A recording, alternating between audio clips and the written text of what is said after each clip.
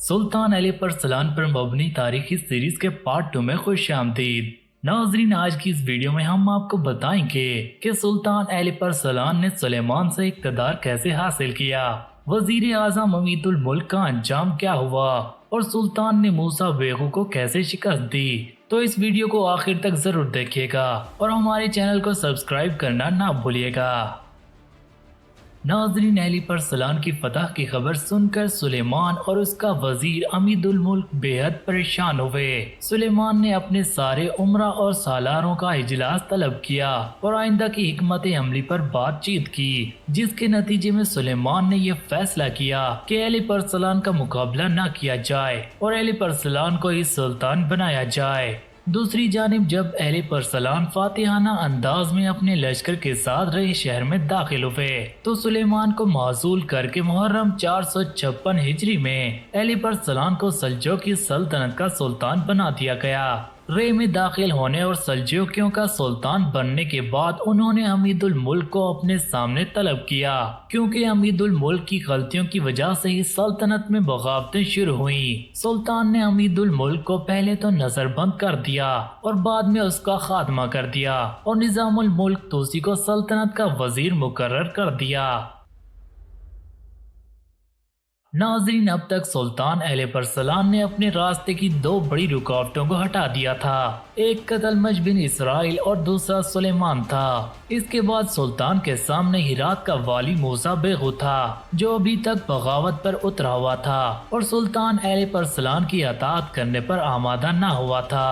رے میں داخل ہونے اور کچھ انتظامی معاملات کو درست کرنے کے بعد سلطان نے اپنے لشکر کے ساتھ ہرات کی طرف کوچ کرنا شروع کیا۔ دوسری جانب موسیٰ بیغو کو جب خبر ہوئی کہ سلطان علی پرسلان اپنے لشکر کے ساتھ اس کی طرف بڑھ رہے ہیں تو وہ بھی اپنا لشکر لے کر سلطان علی پرسلان کا مقابلہ کرنے کے لیے ہرات سے نکل کھڑا ہوا۔ ایسے میں دونوں لشکروں کے درمیان ہولناک جنگ ہوئی، جس کے نتیجے میں سلطان نے موسیٰ بیغو کو بدترین شکست دی اور اسے زندہ گرفتار کر لیا گیا۔ اس کے لشکر کی کثیر تعداد کو سلطان نے کچل کر رکھ دیا اور اس طرح بڑے بڑے باغیوں کا خاتمہ ہوا۔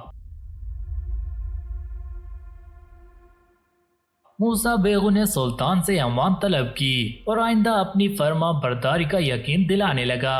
سلطان نے اپنی رحم دلی سے کام لیا اور موسیٰ بیغو کو معاف کر دیا اور اسے ہرات کا والی برقرار رہنے دیا۔ سلطان نے اپنی سلطنت کے بڑے بڑے باغیوں کا خاتمہ کر کے اپنی مملکت میں ایک طرح سے امن قائم کر دیا، لیکن اس دوران سلطان کے لیے اور بہت سے مسائل اٹھ کھڑے ہوئے۔ سلطان کے لیے پہلا مسئلہ یہ تھا کہ سلطان کے ہمسائے آرمینیا اور گرجستان کے عیسائی حکمران بکرات نے سلطان ملک شاہ سلجوقی کے علاقوں میں دخل اندازی کرنے کے ساتھ ساتھ کچھ علاقوں پر حملہ آور ہو کر لوٹ مار کی۔ بکرات نے ایسا اس لیے کیا کیونکہ وہ جانتا تھا کہ مسلمان حکمران آپس میں الجھے ہوئے ہیں اور سلطنت میں بغاوتیں شروع ہو چکی ہیں۔ ان سارے عوامل کو دیکھتے ہوئے بکرات نے مسلمانوں کے علاقوں میں دخل اندازی کا ارادہ کیا اور اس طرح وہ سلجوقی سلطنت کے کچھ علاقے ہتھیا کر اپنی سلطنت میں شامل کرنا چاہتا تھا۔ لیکن سلطان علی پرسلان نے جلدی ان بغاوتوں پر قابو پا لیا اور اس کے بعد وہ ربیع الاول 456 ہجری کو اپنے لشکر کے ساتھ بکرات کا مقابلہ کرنے کے لیے نکل پڑے۔ ناظرین، اس مہم میں ان کے بیٹے ملک شاہ سلجوقی اور وزیر سلطنت نظام الملک بھی شامل تھے۔ سلطان اپنے لشکر کے ساتھ آگے بڑھتے ہوئے آرمینیا کے مشہور دریائے ارس کو عبور کر کے دشمن کے علاقے میں قدم رکھا اور ایک ایسے مقام پر پڑاؤ کیا جسے نخچوان کے نام سے جانا جاتا تھا۔ ناظرین، وہاں قیام کر کے انہوں نے اپنے مقبروں کو آرمینیا کے مرکزی شہر آنی اور دوسرے بڑے شہر انجاز تک پھیلا دیا، جو کہ دشمن کی نقل و حرکت کے متعلق اطلاعات فراہم کرتے تھے۔ صورتحال واضح ہو جانے کے بعد سلطان نے اپنے لشکر کا ایک حصہ ملک شاہ اور نظام الملک کے سپرد کر کے انہیں انجاز شہر کی طرف روانہ کیا۔ انجاز کے نواح میں نصرانیوں اور سلجوکیوں کے درمیان ایک خون ریز جنگ ہوئی۔ مسلمان مجاہدین نے طوفانی حملے کرتے ہوئے بہت سے نصرانیوں کو موت کے گھاٹ اتار دیا ان کے کافی لشکریوں کا خاتمہ کرنے کے ساتھ ساتھ بہت سے لوگوں کو اپنا قیدی بنا لیا، جس پر انجاز کے حاکم نے ان کے سامنے ہتھیار ڈال دیے اور آئندہ کے لیے اپنی اطاعت اور فرما برداری کا وعدہ کرنے کے ساتھ ساتھ ایک کافی بڑی رقم خراج کے طور پر ادا کرنے کا بھی وعدہ کیا۔ ناظرین، اس کامیاب مہم کے بعد ملک شاہ اور نظام الملک توسی اپنے لشکر کے ساتھ سلطان علی پرسلان کے پاس واپس نخچوان پہنچے۔ سلطان علی پرسلان نے اپنے پورے لشکر کے ساتھ نصرانیوں کے علاقے آرمینیا پر حملہ آور ہونے کے لیے پیش قدمی کی۔ آرمینیا کے لشکریوں نے کئی مقامات پر سلطان کی راہ روکنے کی کوشش کی، لیکن ہر مقام پر انہیں بدترین شکست دی۔ اس طرح سلطان دشمن کے علاقے میں بہت سے شہر اور قلعے فتح کرتے گئے۔ آرمینیا کی سرزمینوں میں تیزی سے آگے بڑھتے ہوئے سلطان کے راستے میں ان کا دوسرا بڑا شہر آ چکا تھا، جسے آل کہہ کر پکارا جاتا تھا۔ یہ آرمینیا کے انتہائی اہم اور آباد شہروں میں شمار کیا جاتا تھا۔ ناظرین، اس شہر کے ارد گرد نہ صرف دوہری فصیل تھی، بلکہ وہ دو جانب سے دریا سے محفوظ تھا اور باقی دو جانب بلند کوہستان سلسلے سے گھرا ہوا تھا۔ سلطان نے دریائے ارس کو عبور کرنے کے بعد اس شہر کا محاصرہ کر لیا۔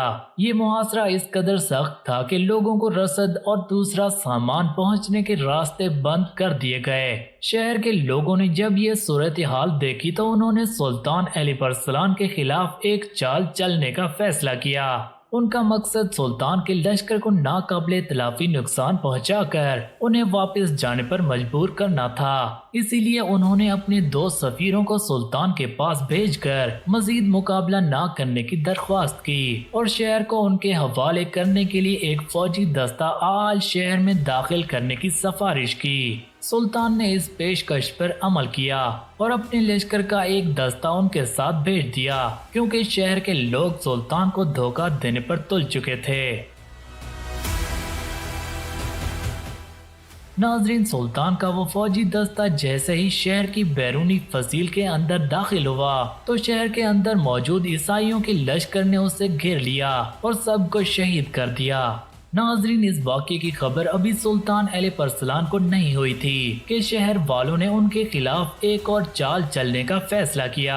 انہوں نے سلطان اور ان کے لشکر پر اس وقت حملہ کیا جب وہ نماز ادا کر رہے تھے۔ اس اچانک حملے سے لشکر میں افراتفری سی مچ گئی، لیکن سلطان نے جرأت مندی کا مظاہرہ کیا اور اپنی نماز جاری رکھی۔ ناظرین، نماز سے فارغ ہو کر سلطان گھوڑے پر سوار ہوئے۔ سلطان کو دیکھ کر ان کے لشکری ان کے گرد جمع ہو گئے اور پھر انہوں نے جوابی کارروائی کرتے ہوئے دشمن پر زوردار حملہ کیا، جس کے نتیجے میں وہ بھاگنے پر مجبور ہو گئے اور شہر میں داخل ہونے لگے۔ سلطان علی پرسلان بھی ان کے لشکر کا پیچھا کرتے ہوئے شہر میں داخل ہو گئے اور دشمن کے پورے لشکر کا خاتمہ کر دیا۔ ناظرین، اس شہر کی فتح کے بعد سلطان نے آرمینیا میں مزید پیش قدمی کی اور ان کے دوسرے شہروں مثلا ناہیا، فرس، ڈسل، دردا اور نورا کو فتح کرتے ہوئے آرمینیا کے دارالحکومت پانی کی طرف بڑھ رہے تھے۔ یہ شہر چاروں طرف سے پانی میں گھرا ہوا تھا۔ بیرونی دنیا سے اس کا رابطہ صرف ایک پل کے ذریعے قائم تھا۔ سلطان نے شہر کا محاصرہ کر لیا، جس میں انہوں نے خوب سختی اور تنگی پیدا کی، لیکن مسلمانوں کو محاصرہ کرنے میں مشکل پیش آ رہی تھی کیونکہ اس کے چاروں طرف پانی تھا۔ اس لیے سلطان نے ایک منجنیق نصب کر کے اس قدر شدید سنگ باری کی کہ شہر کی فصیل کے اندر سوراخ ہو چکا تھا۔ ناظرین، اس طرح سلطان اپنے لشکر کے ساتھ شہر کے اندر داخل ہو گئے کیونکہ شہر کے اندر عیسائیوں کا بہت بڑا لشکر تھا۔ اس طرح کچھ ہی دیر میں شہر کے اندر ہولناک اور خون ریز جنگ ہوئی۔ اس جنگ میں آنی شہر کے محافظوں کی اکثریت ماری گئی، باقی بچنے والوں نے سلطان کے سامنے ہتھیار ڈال دیے اور انہیں قیدی بنا لیا گیا۔ ناظرین، اس شہر کو فتح کرنے کے بعد آرمینیا کی قدیم مسیحی ریاست کا خاتمہ ہو گیا اور سلطان نے اس پر قبضہ کر لیا۔ آرمینیا کی ان فتوحات کے بعد اچانک سلطان کو اصفہان کا رخ کرنا پڑا کیونکہ اصفہان کے اندر حالات کچھ بد نظمی کا شکار ہو چکے تھے۔ سلطان علیپ السلام نے اصفہان کا نظم و نسق درست کرنے کے بعد ماورون نہر اور ترکستان کا رخ کیا۔ اس دوران کرمان اور فارس میں سلطان علیپ السلام کے لیے مسائل اٹھ کھڑے ہوئے، اس لیے 459 ہجری میں کرمان اور فارس کے والیوں نے سلطان کے خلاف بغاوت کر دی تھی۔ سلطان نے وقت ضائع کیے بغیر برق رفتاری سے باغیوں کی طرف رخ کیا اور اس طرح پہلے ہی حملے میں انہوں نے کرمان اور فارس کے باغیوں کو کچل کر رکھ دیا۔ ناظرین، اس کے بعد سلطان یمن، حجاز، شام اور فلسطین کی طرف متوجہ ہوئے اور ان سارے علاقوں کو اپنی سلطنت میں شامل کرتے چلے گئے۔ اسی دوران سلطان کو خبر ہوئی کہ حلب کا حکمران محمود بن صالح سلطان سے نافرمانی اور سرکشی پر آمادہ ہے، تو سلطان اس کے متعلق اطلاع ملتے ہی بڑی برق رفتاری سے مختلف شہروں سے گزرتے ہوئے حلب جا پہنچے اور شہر کا محاصرہ کر لیا۔